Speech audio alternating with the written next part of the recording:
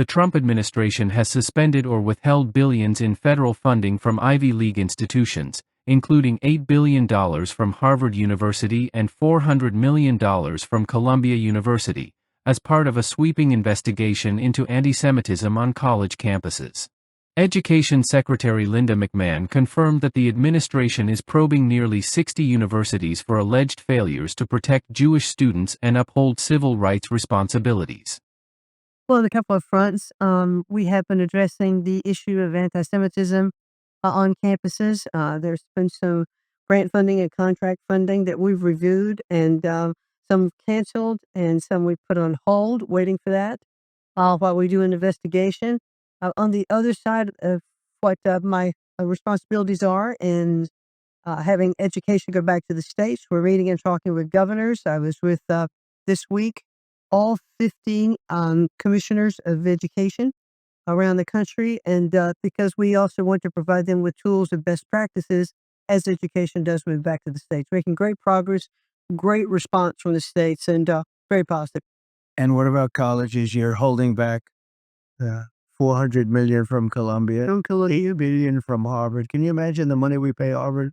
They have a $60 billion fund, and we're giving them $8 billion, and we're trying to figure that out. And then they hire de Blasio, the worst mayor in the history of New York, and they hire the woman from Chicago who was a disaster, total disaster, and they pay them massive salaries, and they're supposed to be teaching you government. That's not Harvard. That's not Harvard the way it used to be. So do you have anything to say about that? The dollars you're holding back from quite a few universities that were not behaving.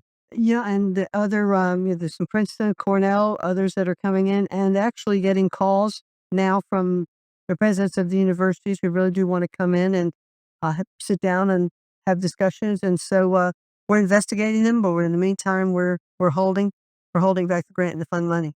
Okay, great job. Thank you. The administration's newly formed Joint Task Force to Combat Anti-Semitism is conducting audits of federal grants and contracts awarded to schools such as Princeton, Cornell, and Brown University, the latter of which reportedly had over $500 million in funding suspended. Secretary McMahon stated, "We are actually getting calls now from the presidents of the universities who really do want to come in and sit down and have discussions. And so we're investigating them. But in the meantime we're holding back the grant and the fund money." In a cabinet meeting aired to the public, Donald Trump criticized universities' financial priorities, highlighting Harvard's $60 billion endowment. They hired de Blasio, the worst mayor in the history of New York, and a woman from Chicago who was a disaster, Trump said. "We're giving them $8 billion and we're trying to figure that out." He emphasized the need for universities to reflect values of competence and fairness rather than ideological bias. Columbia University has since responded by banning masks used in campus protests and increasing the authority of campus police to address safety concerns. The administration insists that federal funding must be contingent on universities fulfilling civil rights protections, particularly in safeguarding students against discrimination and harassment.